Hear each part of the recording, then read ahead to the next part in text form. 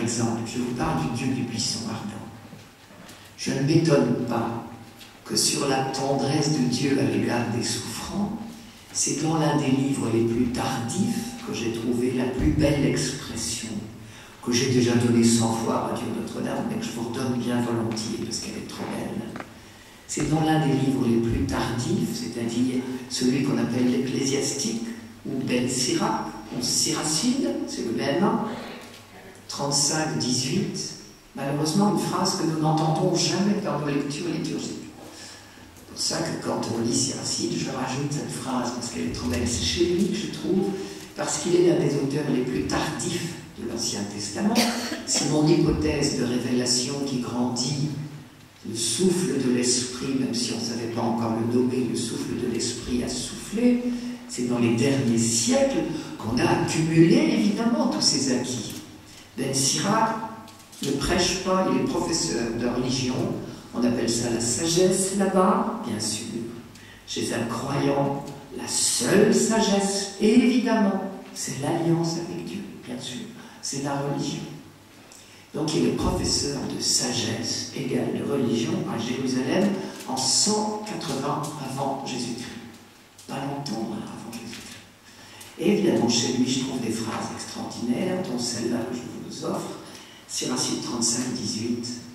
Ne sais-tu pas que les larmes de la veuve coulent sur les joues de Dieu?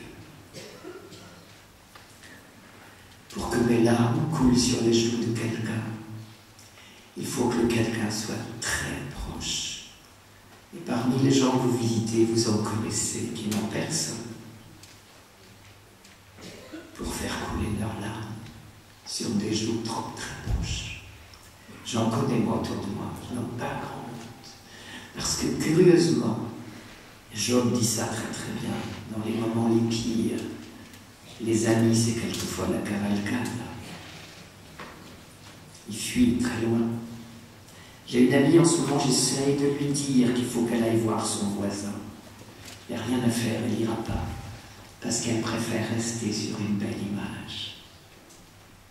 Job exprime tout ça de façon absolument admirable, mais je n'aurai pas le temps de vous lire tout ça. On verra ce qu'il nous restera comme temps dans la journée, après que j'aurai trop parlé.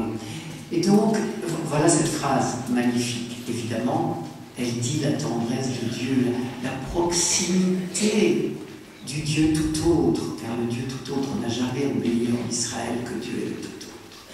Celui sur lequel je ne mets pas la main, mais qui s'approche de moi tellement que mes larmes coulent sur ses joues. Certains autres manuscrits de ce texte disent nos larmes.